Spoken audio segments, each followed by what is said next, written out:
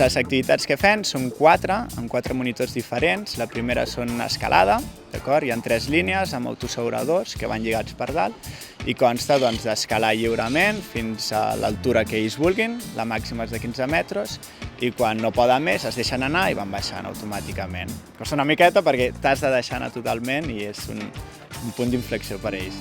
L'altra activitat seria el circuit d'aventura, que consta de tirolines, consta de ponts tibetans, tot de ponts diferents, que la gràcia és que es mouen, has de ser bastant habilidós per passar i és bastant divertit, és una activitat molt atractiva per a ells.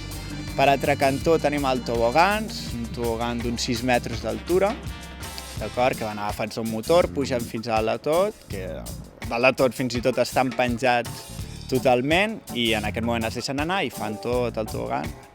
També sembla ser que és de les activitats que treuen més, perquè sempre la demanen.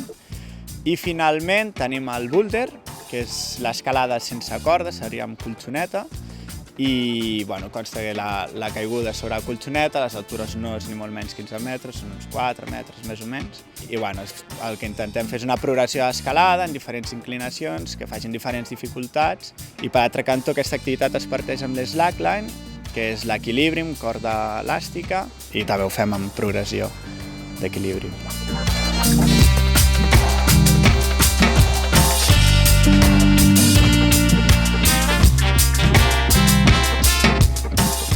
Prèviament quedem amb tots els professors que vulguin assistir, els fem una formació de totes les activitats que farem a nivell motriu, a nivell de dificultat i sobretot també a nivell de seguretat, que sàpiguen una miqueta, qui no ho sap, el primer contacte amb l'arnès, mosquetó de seguretat, més que res perquè puguin transmetre-ho a les classes prèvies a venir aquí.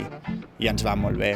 I intentem indicar-los una mica com acompanyar-los, quins són els punts difícils de les activitats, sobretot en el circuit, que moltes vegades fa una miqueta de cosa pel fet que tenen la vista a l'altura i ens intentem indicar alguns truquillos perquè l'activitat surti millor i que s'ho passin al màxim bé possible, que és l'objectiu de tots, jo crec. El que intentem sobretot és donar-li un aspecte que moltes escoles, sobretot les que estan venint, ja comencen a treballar-ho, que és el fet d'interactuar amb la paret, i allunyar-nos, que està molt bé, però allunyar-nos una mica també de tot l'esport amb implement i així donar un aspecte motriu que creiem que és molt interessant i que hauria d'aprendre més hores dins de l'educació.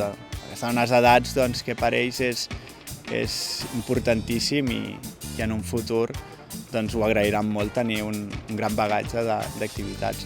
Les que en si també intentem estressar-los d'alguna manera en situacions d'altura, de confiança en nosaltres, amb el material, amb ells mateixos i intentem combinar-ho amb una dosi de diversió que és l'atenuant d'aquest estrès de l'escalada.